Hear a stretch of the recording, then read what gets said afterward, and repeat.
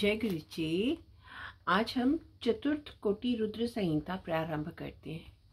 इसके अंदर ऋषियों ने सूत जी से शिव जी के सभी ज्योतिर्लिंग और उनके उपलिंगों का वर्णन पूछा है और सूत जी उनको स्नेहवश कहते हैं कि मुनीश्वरों, समस्त शिवलिंगों की कोई गिनती नहीं है, क्योंकि पृथ्वी सहित ये सारा जगत लिंगमय ही है।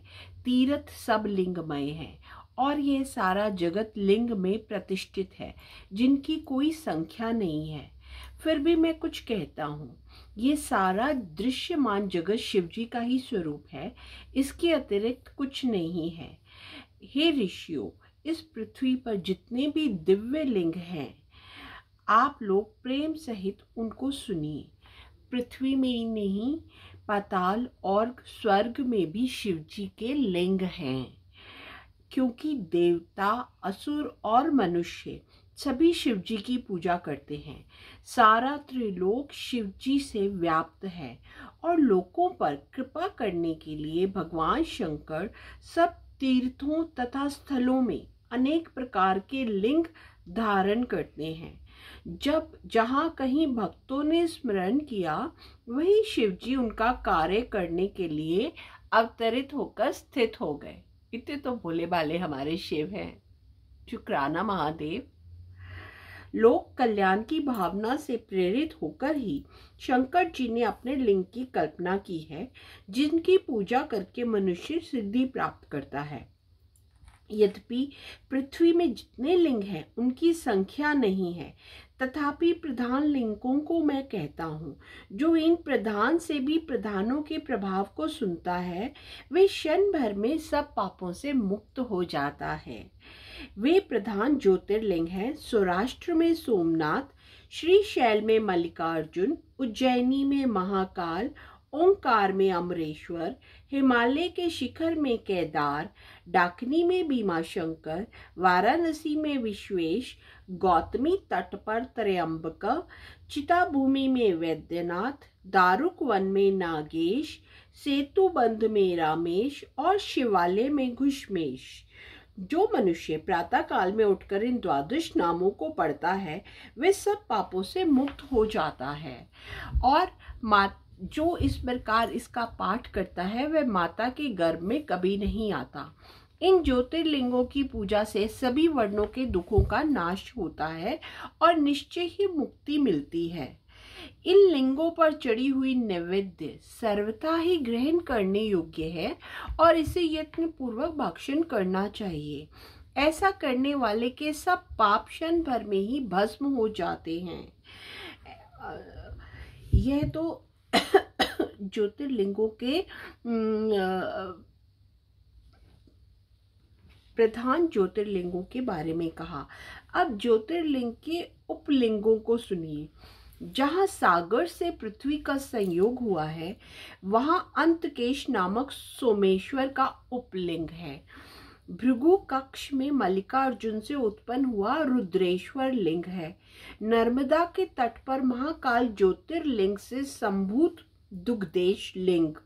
विंदु सरोवर से अहंकार से उत्पन्न हुआ कर्दमेश नामक लिंग। यमुना के तट पर केदारेश्वर से उत्पन्न हुआ भूतेश उपलिंग। सरस्वती सह पर्वत पर भीमशंकर से प्रकट भीमेश्वर नामक उपलिंग। सरस्वती के तट पर नागेश्वर महादेव से प्रकट हुआ गुप्तेश्वर तथा घुश्मेश्वर से प्रकट हुआ व्याघ्रेश्वर उपलिंग बड़ा ही प्रसिद्ध और सर्व कामदायक है, जिनके दर्शनों से सब पापों का नाश हो जाता है। सूची बोले, गंगा जी के तट पर बसी हुई मुक्तिदायिनी काशी नगरी सर्वथा ही प्रसिद्ध लिंगमयी और शिवजी की निवास भूमि है, जिसमें कृतिवासेश्वर नामक एक ऐसा अविमुक्त लिंग है, जिसके निकट वास करने वाले वृद्ध या बालक उन्हीं के समान हो जाते हैं। वहां पर तिल भांडेश्वर और दशवामेघ नामक लिंग है।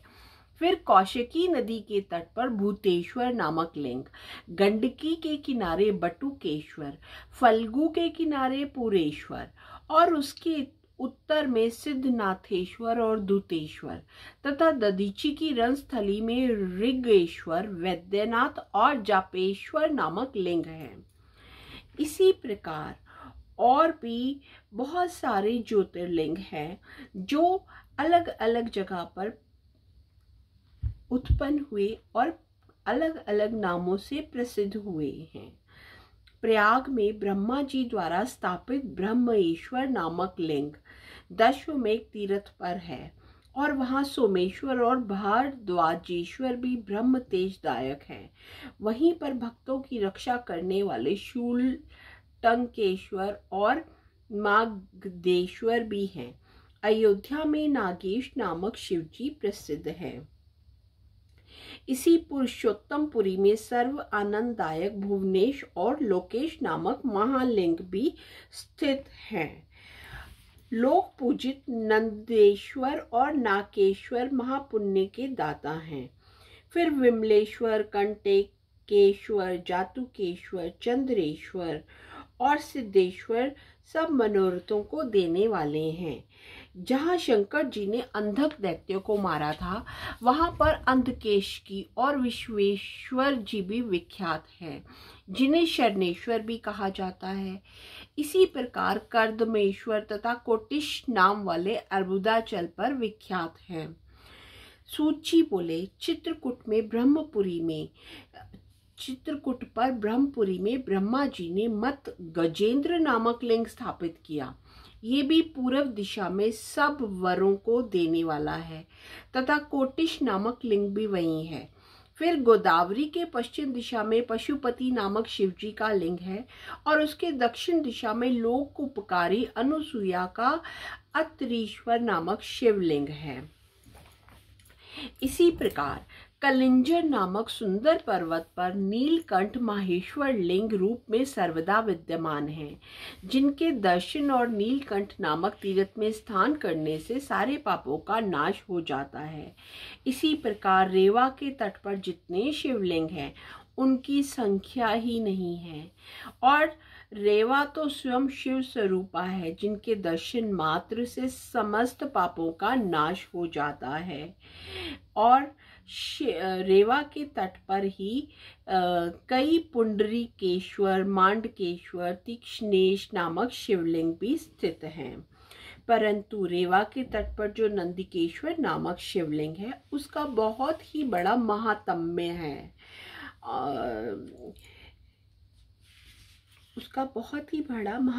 है।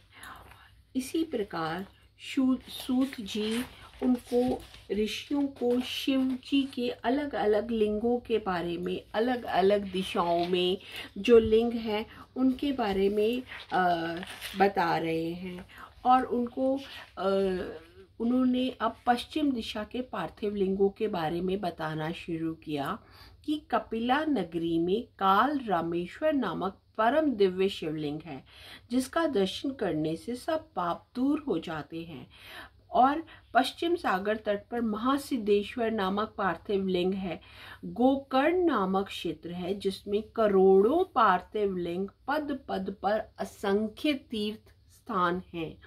इन गोकर्णनाथ में सभी तीर्थों तथा पार्थिव लिंगों की महिमा विद्यमान है। यह साक्षात लिंग सतयुग में श्वेत वर्ण, त्रेता में अति रक्त वर्ण, द्वापर में पीत वर्ण और कलयुग में श्याम वर्ण के हो गए। जो इस महापराक्रमी शिवलिंग को पूजता है वे बड़े से बड़े पापों का नाश कर साक्षात शिव को प्राप्त करता है और उसे ब्रह्म पद तक प्राप्त हो जाता है। जैसे राक्षस रावण ने घोर तप द्वारा वर प्राप्त कर गोकर्ण में उनका लिंग गण नामक रूप से स्थापित किया, यहाँ ब्रह्मा विष्णु आदि सभी देवता, महेंद्र, विश्वोदेवा, मरुदगण, आदित्य, वसु, अश्वनी कुमार तथा तारागणों सहित चंद्रमा और यम, मृत्यु, चित्रगुप्त तथा अग्नि आदि सब देवता और गंगादिक नदियों सहित वरुण जी और भद्रकाली जी, चंडिका आदि देवियों सहित आकर शिव जी के प्रीतार्थ सब द्वारों पर स्थित रहते हैं। सभी उन महाबल नाम वाले शिवजी को प्रणाम करते हैं और अपने अभिलाषित मनोरथों को पाकर सुखपूर्वक रमन करते हैं। इसी कारण गोकर्णनाथ में शिवलिंग को मोक्ष का द्वार कहा गया है। वहां इन्हीं महाबल शिव की पूजा और स्तुति होती है। जो माघ कृष्ण चतुर्दशी को इन महाबल शिवजी की पूजा करता है, वे यदि पापी भी हो तो भी उसे मुक्ति प्राप्त होती है। इस चतुर्दशी तिथि पर शिवजी का महोत्सव देखने की इच्छा से चारों वर्ण के मनुष्य वहां जाते हैं और इस पार्थिव लिंग की पूजा करके आनंद की प्राप्ति करते हैं। जय गुरु जी।